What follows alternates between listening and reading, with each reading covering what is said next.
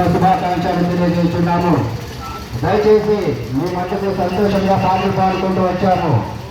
ఒక 2 నిమిషాలు మేము చెప్పు మాటలు వినవలసిందిగా ప్రభు చేత మనవి చేస్తున్నాము.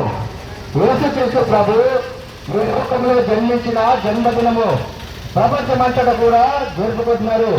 ఎందుకయ్యా ఈ యొక్క జన్మము ప్రత్యేకమైనట్టు భూమి ఆకాశమైనటువంటి సృష్టికర్తైనటువంటి దేవుడు ఆకాశముని భూమిని మనుషుల్ని అందరినీ ఒక మాట చేత కలిగేసినట్టు దేవుడు ఈ లోకంలో నరుడిగా జన్మించినాడు. ఆయన జన్మించినప్పుడు పరలోకం నుండి దేవదూతలు ఇలా ఈ మాట పలికారు, భయపడకుడి, ప్రజలందరికీ కలగబోవు మహా సంతోషకరమైన బట్టి శుభవర్తమానం మీకు నేను తెలియజేస్తున్నాను.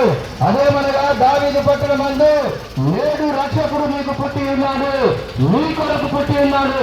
ఏందయ్యా ఆ దేవాది దేవుడు, సృష్టికర్తైనటువంటి దేవుడు, ఈ లోకము చేసినటువంటి దేవుడు ఎందుకు ఈ లోకంలో మానవుడిగా పుట్టాడంటే ప్రేమైన స్నేహితులారా, బైబిల్లో రాయబడింది, పాపులను రక్షించుటకు యేసుక్రీస్తు ప్రభు ఈ లోకానికి వచ్చారు. ఈ లోకంలో పాపులంటే ఏ భేదము లేదు, అందరూ పాపము చేసి దేవుడు అనుగ్రహించి మహిమను పొందలేకపోతున్నారు. అయితే పాపులు ఎవరంటే చిన్న పెద్ద ప్రాంతీయ భేదం లేదు. ఈ దేశంలో